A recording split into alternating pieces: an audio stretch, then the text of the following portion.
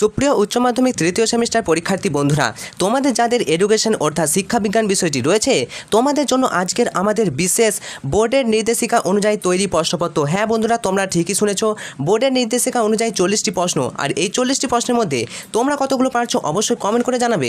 পাশাপাশি এই প্রশ্নগুলো তোমাদের পরীক্ষায় আসার চান্স রয়েছে 100%। হ্যাঁ বন্ধুরা, তোমরা ঠিকই শুনেছো, শুধুমাত্র গুরুত্বপূর্ণ বাছাই করা প্রশ্ন নিয়েই আজকের আমাদের বিশেষ ভিডিও।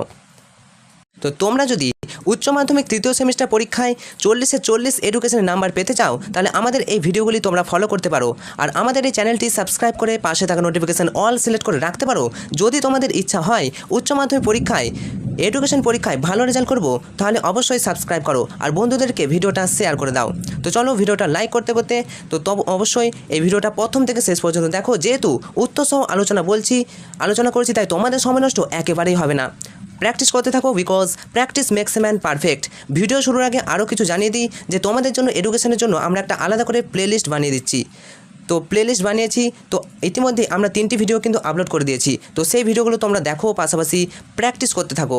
তো আমাদের এই ভিডিও সম্পূর্ণ ফ্রি, তাই অবশ্যই চ্যানেলটি সাবস্ক্রাইব করে রাখবে। তো চলো প্রথম প্রশ্ন শুরু করি। তো আজকের প্রথম প্রশ্ন দেখো, বিশ্ববিদ্যালয় শিক্ষা কমিশনের কার্যকরী সদস্য হলেন ড্যাশ। দেখো, বিশ্ববিদ্যালয় শিক্ষা কমিশনের সভাপতি ডক্টর রাধাকৃষ্ণন, ঠিক আছে, সর্বপল্লী রাধাকৃষ্ণন, বাট আমাদের এখানে বলে যে সদস্য। তো কার্যকরী সদস্য মনে রাখবে ডক্টর লক্ষণস্বামী মুদালিয়র। আর সভাপতির নাম হচ্ছে ডাক্তার সর্বপল্লী বিশ্ববিদ্যালয় শিক্ষা একদম ডক্টর সর্বপল্লী রাধাকৃষ্ণন। আর বিশ্ববিদ্যালয় শিক্ষা কমিশনের যিনি সদস্য তিনি হচ্ছে লক্ষণস্বামী মুদালিয়র। তো এই প্রসঙ্গে তোমাদের এক্সট্রা কিছু বলে রাখি যে বিশ্ববিদ্যালয় শিক্ষা কমিশন কত সালে গড়ে উঠেছিল। 1948 থেকে 49 সাল, 48-49 সালে গড়ে উঠেছিল। মনে রাখবে বিশ্ববিদ্যালয় শিক্ষা কমিশন, এই সালগুলো মনে রাখবে, সভাপতির নাম মনে রাখবে, সদস্যের নাম মনে রাখবে। চলে আসবো নেক্সট প্রশ্ন। মুদালিয়র কমিশনের রিপোর্টের পৃষ্ঠা সংখ্যা কটি ছিল? খুব ইম্পর্টেন্ট প্রশ্ন। দেখো, মুদালিয়র কমিশনের রিপোর্টের পৃষ্ঠা সংখ্যা ছিল 311টি, খুব ইম্পর্টেন্ট। চলো নেক্সট, এই 40টা প্রশ্নের মধ্যে তোমরা কতগুলো পারবে অবশ্যই কিন্তু কমেন্ট করবে। চলো নেক্সট 3 নম্বর প্রশ্ন। কোঠারি কমিশনের মূল রিপোর্টটি ছিল কত পৃষ্ঠার? কোঠারি কমিশন, আগে বললাম মুদালিয়র কমিশন 311, তো কোঠারি কমিশন দেখো, কোঠারি কমিশনের যে রিপোর্ট, মূল রিপোর্ট, সেটা হচ্ছে 489 পৃষ্ঠার, অর্থাৎ option number B is the correct answer. Next প্রশ্ন দেখো, 4 নম্বর প্রশ্ন। বিশ্ববিদ্যালয় শিক্ষা কমিশনের সদস্য সংখ্যা ছিল কতজন? দেখো, বিশ্ববিদ্যালয় শিক্ষা কমিশন মানেই কিন্তু রাধাকৃষ্ণন কমিশন। তো এই বিশ্ববিদ্যালয় শিক্ষা কমিশনের সদস্য সংখ্যা ছিল, উত্তর হবে 10 জন। 10 জন সদস্য নিয়ে কিন্তু বিশ্ববিদ্যালয় শিক্ষা কমিশন গড়ে উঠেছিল। নেক্সট 5 নম্বর প্রশ্ন দেখো, এরকম প্রশ্ন তোমাদের আসবেই। অ্যাজারেশন অ্যান্ড রিজন, বিবৃতি এবং ব্যাখ্যা। দেখো, বিবৃতিতে কি বলেছে? গ্রামাঞ্চলে বিদ্যালয় ছুট শিক্ষার্থী অনেক বেশি হয়। তো এটা কিন্তু একদম সঠিক। গ্রাম অঞ্চলে কিন্তু বিদ্যালয় ছুট কথার অর্থ হচ্ছে বিদ্যালয় থেকে বিরতি নেওয়া, অর্থাৎ বিদ্যালয় থেকে পালিয়ে যাওয়া। তো বিদ্যালয় ছুট শিক্ষার্থী অনেক বেশি হয়, একদম ঠিক, গ্রামাঞ্চলেই বেশি হয়। 2 নম্বর দেখো, দরিদ্রতা শিক্ষার্থীদের বিদ্যালয় বিমুখ করে। এটাও কিন্তু একদম কারেক্ট, যে দারিদ্র্যের অর্থাৎ টাকা পয়সার অভাবে অনেক শিক্ষার্থী কিন্তু পড়াশোনা থেকে বিমুখ হয়, অর্থাৎ পড়াশোনা করে না। তাই দুটো বিবৃতি সঠিক হয়েছে। তাহলে আমরা অপশন নাম্বার কোনটাকে বেছে নিচ্ছি? দেখো, 4টে অপশনের মধ্যে সত্য পরস্পর সম্পর্ক, অবশ্যই option number D is the correct answer. যে বিবৃতি 1 এবং বিবৃতি 2 অবশ্যই দুটোই কিন্তু পরস্পর সম্পর্ক যুক্ত এবং সত্য। চলে আসবো নেক্সট 6 নম্বর প্রশ্ন। কার নেতৃত্বে জাতীয় শিক্ষানীতি 2020 গঠন করা হয়েছিল? খুব ইম্পর্টেন্ট প্রশ্ন, দেখো মনে রাখবে। 6 নম্বর প্রশ্নের সঠিক উত্তর ডক্টর কে কস্তুরী রঙ্গন। ডক্টর কে কস্তুরী রঙ্গন এর নেতৃত্বে 2020-তে গঠন করা হয়েছিল জাতীয় শিক্ষানীতি 2020, NEP 2020, মনে রাখবে, খুব ইম্পর্টেন্ট। নেক্সট, ক স্তম্ভের সঙ্গে খ স্তম্ভ মেলানো, এই প্রশ্নটি তোমাদের কিন্তু পরীক্ষায় চলে এসেছে, ধরে রাখো, খুব ইম্পর্টেন্ট। বারবার বলছি, খুব ইম্পর্টেন্ট, ভালো করে প্র্যাকটিস করো। দেখো কি বলছে, 7 নম্বর প্রশ্ন। রাধাকৃষ্ণন কমিশন এর মতে বিদ্যালয় শিক্ষার কাঠামো স্তর, খুব ইম্পর্টেন্ট। দেখো, তো রাধাকৃষ্ণন কমিশনের মতে বিদ্যালয় শিক্ষার কাঠামো স্তর আমি তোমাদেরকে বলেছি, একটু ভালো করে প্র্যাকটিস করো। দেখো, উত্তর হবে 7 বা 8, 7+3 অথবা 3+4, এই যে অপশানটা দেখতে পাচ্ছ, 7 বছরের প্লাস 3 বছরের প্লাস 3 বছরের প্লাস 2 হতে পারে, অথবা 8 বছরের প্লাস 4 বছরের প্লাস 3 বছরের, এরকম টাইপের, ঠিক আছে। তাহলে 1-এর সাথে হয়ে যাচ্ছে option number D, Radhakrishnan commission. Mudaliar কমিশনের মতে কি? মুদালিয়র কমিশন হবে অপশান নাম্বার এ, 5+5+3, 5×5 10 + 3 13। তাই মুদালিয়র কমিশনের মতে 5+5+3। জাতীয় শিক্ষানীতি 1986 মতে হয়ে যাবে 10+2+3, 10 2 12 3 15। তাহলে জাতীয় শিক্ষানীতি হচ্ছে 15 বছরের শিক্ষা, 10+2+3। এবং জাতীয় শিক্ষানীতি 2020, যেটা এই রিসেন্ট হয়েছে, যেটা জাতীয় শিক্ষানীতি 2020, এটা অনুযায়ী উত্তর হয়ে যাবে 5+3+3+4, 5 3 8 3 11 আর 4 15। 5 3 8 8 3 11, 11 4 15, ঠিক আছে। তো জাতীয় শিক্ষানীতি 2020 অনুযায়ী 5 + 3 + 3 + 4, খুব ভালো করে বলছি, খাতায় লিখে প্র্যাকটিস করো। এগুলো থেকে একটা প্রশ্ন কিন্তু তোমরা পরীক্ষায় অবশ্যই পেয়ে যাবে, পাওয়ার চান্স রয়েছে 99%। এরপর দেখো 8 নম্বর প্রশ্ন, দেখো কী বলেছে। গ্রামাঞ্চলে নারী শিক্ষা একটি অন্যতম সমস্যা হলো বাল্য বিবাহ। তো এটাও তো ঠিকই, কারণ বলছে বাবা মায়ের সচেতনতার অভাব, তাই বিবৃতি দুটোই কি সঠিক? অবশ্যই সঠিক। 8 নম্বর প্রশ্নের সঠিক উত্তর হয়ে যাবে অপশন নাম্বার এ এবং আর দুটোই সঠিক, এবং আর এর সঠিক ব্যাখ্যা। বাবা মায়ের সচেতনতার অভাবের কারণে কিন্তু নারী শিক্ষার একটা অন্যতম সমস্যা হচ্ছে বাল্য বিবাহ, তো ছোটোবেলায় বিয়ে দিয়ে দেওয়া। চলো নেক্সট প্রশ্ন আমরা চলে আসবো 9 নম্বর প্রশ্ন। ভারতে ইকোনমিক্যালি উইকার সেকশন বলে গণ্য হয় বা গণ্য করা হয় তাদের বার্ষিক আয় কত টাকার কম। খুব ইম্পর্টেন্ট, দেখো কত টাকার কম হলে তাদেরকে ইকোনমিক্যালি EWS এর আওতায় আনা যাবে। উত্তর হয়ে যাবে 8 লক্ষ টাকা। যদি বার্ষিক আয় 8 লক্ষ টাকার কম হয় তাহলে তাদেরকে বলা হয় ইকোনমিক্যালি উইকার সেকশন বা EWS ক্যাটাগরি। চলো নেক্সট 10 নম্বর প্রশ্ন। তপশিলি জাতিদের মধ্যে শিক্ষা সম্প্রসারণের উদ্দেশ্যে মাধ্যমিক স্তর পর্যন্ত বৃত্তি প্রদানের দায়িত্ব কাদের উপর ন্যস্ত থাকে? 10 নম্বর প্রশ্নের সঠিক অ্যান্সার হয়ে যাবে, দেখো মাধ্যমিক স্তর পর্যন্ত শিক্ষা প্রদানের বৃত্তি প্রদানের দায়িত্ব এটি কিন্তু অবশ্যই রাজ্য সরকারের উপর ন্যস্ত থাকে, অর্থাৎ option number A is the correct answer. পরে দেখো 11 নম্বর প্রশ্ন। মানুষ তৈরি করা শিক্ষার কথা বলেছেন কে? দেখো 11 নম্বর প্রশ্নের সঠিক অ্যান্সার হয়ে যাবে স্বামী বিবেকানন্দ। মানুষ তৈরি করা শিক্ষার কথা বলেছেন স্বামী বিবেকানন্দ, খুব ইম্পর্টেন্ট প্রশ্ন, ঠিক আছে। আচ্ছা দেখো নেক্সট, এরপর দেখো তোমাদের এরকম ডায়াগ্রাম কিন্তু আসতেই পারে। শিক্ষণ পদ্ধতি আর একদিকে হচ্ছে প্রবক্তা। তো অভিজ্ঞতার মাধ্যমে শিক্ষণ বলছে গান্ধীজি, আত্মোপলব্ধির মাধ্যমে শিক্ষণ হচ্ছে বিবেকানন্দ। তো প্রশ্ন থেকে উত্তর কিন্তু ভালো করে প্র্যাকটিস করো। অভিজ্ঞতার মাধ্যমে শিক্ষণের কথা বলেছেন গান্ধীজি, আত্ম উপলব্ধির মাধ্যমে শিক্ষণের কথা বলেছেন স্বামী বিবেকানন্দ, ভ্রমণের মাধ্যমে শিক্ষণের কথা কে বলেছেন, আর প্রকল্পের মাধ্যমে শিক্ষণের কথা বলেছেন ডিউই। তা ভ্রমণের মাধ্যমে শিক্ষণের কথা কে বলেছেন, তো কে হতে পারে? 4টা অপশন তোমরা দেখতেই পাচ্ছ অন স্ক্রিন। তো উত্তর বলো, আমি তোমাদেরকে বলেছি, ভাবো। উত্তর হয়ে যাবে ভ্রমণ করতেন কে? ভ্রমণ প্রিয়াসী রবীন্দ্রনাথ। তো রবীন্দ্রনাথ ঠাকুর হচ্ছে ভ্রমণের মাধ্যমে শিক্ষণ এর কথা কিন্তু বলেছেন। চলো নেক্সট প্রশ্ন। প্রকৃতির কোলে জন্মে যদি প্রকৃতির শিক্ষা থেকে দূরে সরে থাকি তাহলে শিক্ষা কখনো সার্থক হতে পারে না। আর এই উক্তিটি কে করেন? উত্তর হয়ে যাবে, উক্তিটি করেন অবশ্যই তোমরা জানো, রবীন্দ্রনাথ। প্রকৃতিপ্রেমী রবীন্দ্রনাথ ঠাকুর। তো রবীন্দ্রনাথ ঠাকুর তিনি বলছেন যে প্রকৃতির করে যদি প্রকৃতির শিক্ষা থেকে দূরে সরে থাকি, প্রকৃতি করে জন্মে যদি প্রকৃতির শিক্ষা থেকে দূরে সরে থাকি তাহলে শিক্ষা কখনোই কিন্তু সার্থক হতে পারে না। চলো নেক্সট 14 নম্বর প্রশ্ন। ভক্তিযোগ জ্ঞানযোগ এই গ্রন্থগুলি রচয়িতা কে? ভক্তিযোগ জ্ঞানযোগ গ্রন্থগুলি রচয়িতা অবশ্যই কে? বিখ্যাত যোগী স্বামী বিবেকানন্দ। ভক্তিযোগ জ্ঞানযোগ গ্রন্থগুলি রচয়িতা হচ্ছে স্বামী বিবেকানন্দ, মনে রাখবে। নেক্সট, অনুবন্ধ প্রণালীর মাধ্যমে শিক্ষাদানের কথা বলেন কে? অনুবন্ধ প্রণালীর মাধ্যমে শিক্ষাদানের কথা কে বলেন? দেখো 4টা অপশনের মধ্যে কোনটা হবে ভেবে নাও, উত্তর তোমাদের বলেছি। তো উত্তর হয়ে যাবে অপশন নাম্বার সি, গান্ধীজি। অনুবন্ধ প্রণালীর মাধ্যমে শিক্ষাদানের কথা বলে। নেক্সট 16 নম্বর প্রশ্ন। দেখো গান্ধীজির মতে শিক্ষার লক্ষ্য কী? তো গান্ধীজির মতে শিক্ষার লক্ষ্য কী? গান্ধীজির মতে শিক্ষার লক্ষ্য হচ্ছে চরিত্র গঠনের জন্য শিক্ষা। গান্ধীজির মতে শিক্ষা হচ্ছে আত্মস্বাবলম্বী হওয়ার শিক্ষা। গান্ধীজির মতে শিক্ষা হলো সমাজকেন্দ্রিক শিক্ষা। অর্থাৎ তিনটেই কিন্তু গান্ধীজির মতে শিক্ষার লক্ষ্য, তাই সবগুলি ঠিক ইজ দ্য কারেক্ট অ্যান্সার। চলো নেক্সট 17 নম্বর প্রশ্ন। এমিলি গ্রন্থের রচয়িতাকে? পরীক্ষায় চলে আসার মতো একটি প্রশ্ন, খুব ভালো করে দেখবে। প্রকৃতিপ্রেমী রুশো। এমিলি গ্রন্থের রচয়িতা হচ্ছে রুশো।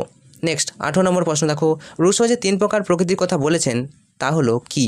রুশো কোন 3 প্রকার প্রকৃতির কথা বলেছে? 4টা অপশন তোমরা দেখতে পাচ্ছ। 4টা অপশনের মধ্যে কোনটা অ্যান্সার হবে অবশ্যই ভাবো। তো আমি তোমাদেরকে বলে দিই, অপশন হবে মানসিক প্রকৃতি, অপশন নাম্বার এ মানসিক প্রকৃতি, জৈবিক প্রকৃতি এবং জাগতিক প্রকৃতি। এই তিনটেকেই 3 প্রকার প্রকৃতির কথা কিন্তু রুশো বলেছেন। নেক্সট 19 নম্বর প্রশ্ন। সমস্যা সমাধানমূলক শিক্ষণ পদ্ধতির প্রবক্তাকে? দেখো 19 নম্বর প্রশ্নের সঠিক অ্যান্সার হয়ে যাবে option number D, John Dewey. সমস্যা সমাধানমূলক শিক্ষণ পদ্ধতির প্রবক্তা হচ্ছে জন ডিউই, খুব ইম্পর্টেন্ট প্রশ্ন। পরের প্রশ্ন দেখো, জন ডিউই কত সালে এক্সপেরিমেন্টাল স্কুল বা ল্যাবরেটরি স্কুল প্রতিষ্ঠা করে? দেখো 20 নম্বর প্রশ্নের সঠিক অ্যান্সার হয়ে যাবে অপশন নাম্বার ডি, অর্থাৎ 1901 সালে। তো জন ডিউই কিন্তু এক্সপেরিমেন্টাল স্কুল বা ল্যাবরেটরি স্কুলের প্রতিষ্ঠা করেন 1901 সালে, মনে রাখবে। নেক্সট 21 নম্বর প্রশ্ন। দেখো ব্যতিক্রমী শিশু বলতে কী বোঝায়? তো ব্যতিক্রমী শিশু বলতে আমরা কী বুঝবো? উত্তর 4টা অপশনের মধ্যে কোনটাকে তোমরা সুইটেবল মনে হচ্ছে? অপশন সিটা। দেখো যারা সাধারণ শিশুদের থেকে নিম্ন বা উচ্চমানের উভয়েরই হতে পারে তারাই হচ্ছে ব্যতিক্রম ধর্মী শিশু, মনে রাখবে কিন্তু। পরীক্ষায় আসার মতো একটি প্রশ্ন। নেক্সট, অক্ষমতার ফলে কোনো ব্যক্তি বা শিশু যখন পরিবেশের সঙ্গে স্বাভাবিক ক্রিয়া প্রতিক্রিয়া ক্ষেত্রে অনতিক্রম্য বাধার সম্মুখীন হয়, বুঝতে পারলে? তো তাকে কি বলে? তাকে আমরা কোন ক্যাটাগরি আওতায় রাখতে পারি? উত্তর হবে অপশন নাম্বার ডি, প্রতিবন্ধী। অক্ষমতার ফলে কোনো ব্যক্তি বা শিশু যখন পরিবেশের সঙ্গে স্বাভাবিক ক্রিয়া প্রতিক্রিয়ার মধ্যে অনতিক্রম্য একটা বাধার সম্মুখীন হয় তখন কিন্তু তাকে প্রতিবন্ধী বলে। আর এদিক থেকে দেখো, ব্যক্তিগত ধর্মী শিশু কাকে বলে? যারা সাধারণ শিশুদের থেকে নিম্ন বা উচ্চমানের উভয়ই হতে পারে। চলে আসবো নেক্সট কোশ্চেন, যেটা পরীক্ষায় আসার মতো একটি প্রশ্ন। বারবার আগের তোমাদের সিলেবাসে ছিল এই প্রশ্ন, মানে আগের পুরনো সিলেবাসেও। খুব ভালো করে দেখো, ব্রেল পদ্ধতির প্রচলন কত সালে ঘটে? 1829, মনে রাখবে। ব্রেল পদ্ধতির প্রচলন 1829। এই ব্রেল পদ্ধতির প্রবক্তা হচ্ছে sir Louis Braille. Louis Braille হচ্ছে ব্রেল পদ্ধতির প্রবর্তক এবং 1829 সালে কিন্তু এই ব্রেল পদ্ধতি শুরু হয়েছিল, মনে রাখবে। চলো নেক্সট প্রশ্ন চলে আসবো। ভিডিও পরবর্তী অংশে যাওয়ার আগে তোমরা এখনও যারা এই চ্যানেলটি সাবস্ক্রাইব করো, অবশ্যই চ্যানেলটি সাবস্ক্রাইব করো আর ভিডিওটাতে একটা লাইক করে দাও, যাতে তোমরা বুঝতে পারবো যে আমাদের ভিডিও তোমাদের ভালো লাগছে। তো অবশ্যই চলো নেক্সট দেখো, বিবৃতি 1 কী বলছে? শ্রবণ প্রতিবন্ধকতা বংশগত কারণে হতে পারে। তো সত্য মিথ্যা তোমাদেরকে বলেছে, তো সত্য মিথ্যাগুলো তোমাদের আমি ডাইরেক্ট বলেছি, মিলে নাও। প্রথমে দেখো, শ্রবণ প্রতিবন্ধকতা বলছে বংশগত কারণে হতে পারে, এটা একদম কিন্তু সত্য। বংশগত একটা কারণ আছে, শ্রবণ প্রতিবন্ধকতা হতে পারে। নেক্সট, শ্রবণ প্রতিবন্ধকতা কেবল উচ্চ শব্দের কারণেই হয়? কেবল উচ্চ শব্দের কারণেই হয়? কেবল উচ্চ শব্দের কারণে এমনটা নয়, অন্যান্য কারণেও হয়, বংশগত কারণেও হতে পারে। তার জন্য অপশন বি অর্থাৎ অপশন 2 এটা কিন্তু ভুল। বিবৃতি 2টি ভুল। বিবৃতি 3 কি বলছে? ভাইরাল সংক্রমণ শ্রবণ প্রতিবন্ধকতার কারণ হতে পারে। তো ভাইরাল সংক্রমণ শ্রবণ প্রতিবন্ধক কারণ হতেই পারে, অবশ্যই হতে পারে। এবং 4, কান পরিষ্কারের সময় বিপজ্জনক পদার্থ ব্যবহার করা শ্রবণ প্রতিবন্ধকতার কারণ হতে পারে। তো এটাও কিন্তু একেবারেই সত্য। কান পরিষ্কার করার সময় বিপজ্জনক যে পদার্থ আছে সেটা বের করার সময় কিন্তু শ্রবণ প্রতিবন্ধকতা হতে পারে। এরপর দেখো 25 নম্বর প্রশ্ন, অটিজমের প্রভাবে ড্যাশ বিকাশের ক্ষেত্রে প্রতিবন্ধকতা সৃষ্টি হয়। দেখো, অটিজম হলে ভাষার বিকাশে কিন্তু একটা বিরাট প্রতিবন্ধকতা সৃষ্টি হয়, অর্থাৎ option number A is the correct answer. Next প্রশ্ন দেখো, পঠনগত অক্ষমতাকে কী বলে? এটি পরীক্ষা আসবে, তোমরা নোটস করে রাখতে পারো। পঠনগত অক্ষমতাকে কী বলে? এটা হচ্ছে ডিসলেক্সিয়া, মনে রাখবে অপশন নাম্বার সি।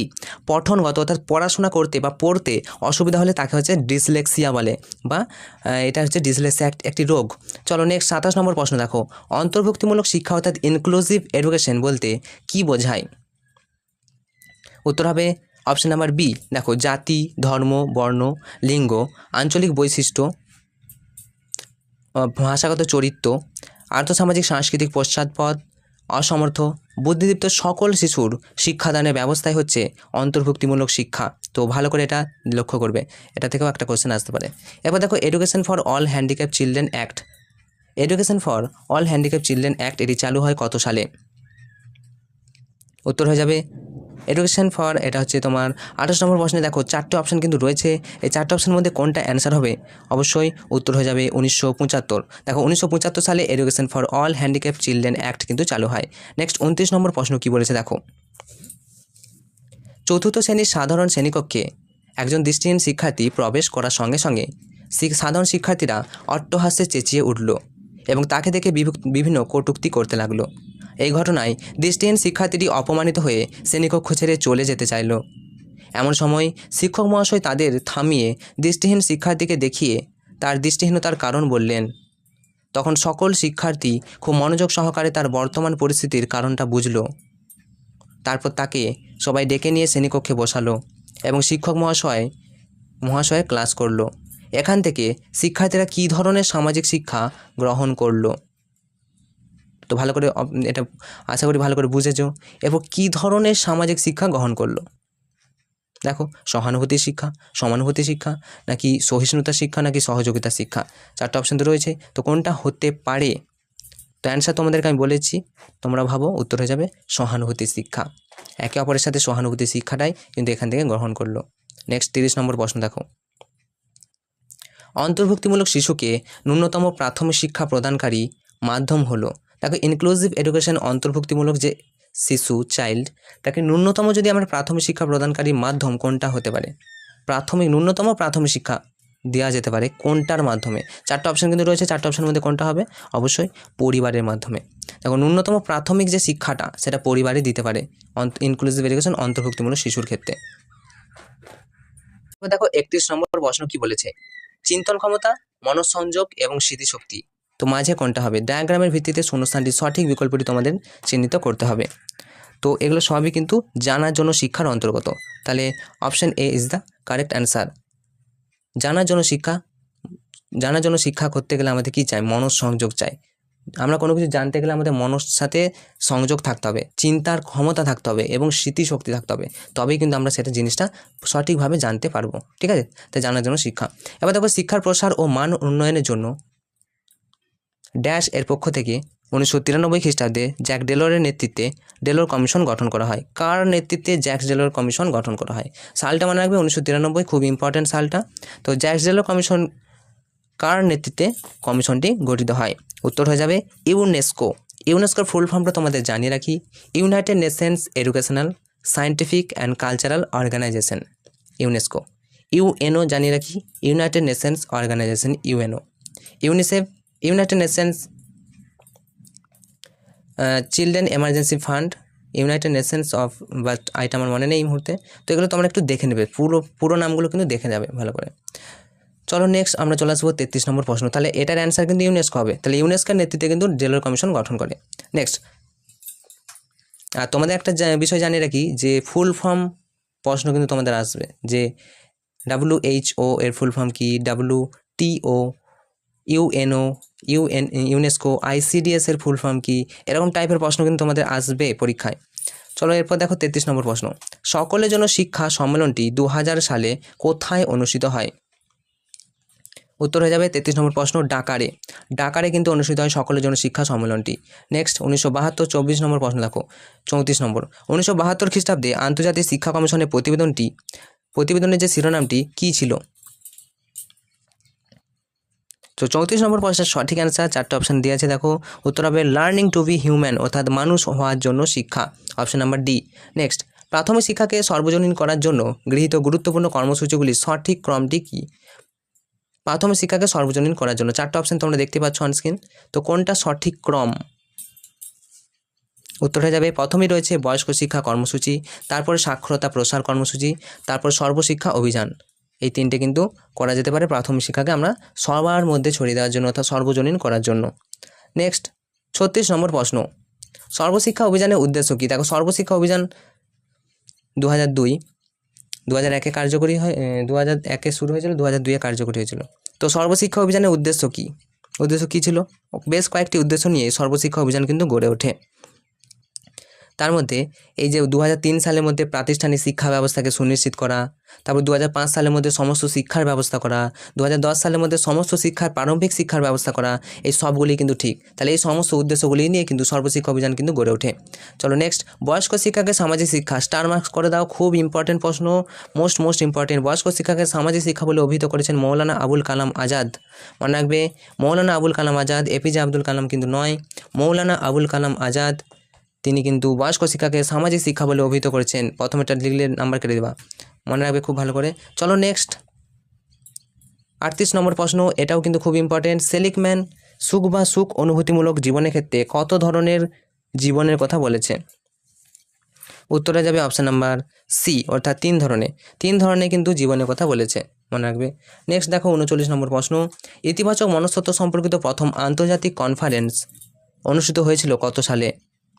উত্তর হবে 2002 সালে। দেখো ইতিবাচক মনস্তত্ত্ব সম্পর্কিত যে আন্তর্জাতিক একটা সম্মেলন হয়েছিল সেটা হচ্ছে 2002 সালে হয়েছিল অনুষ্ঠিত।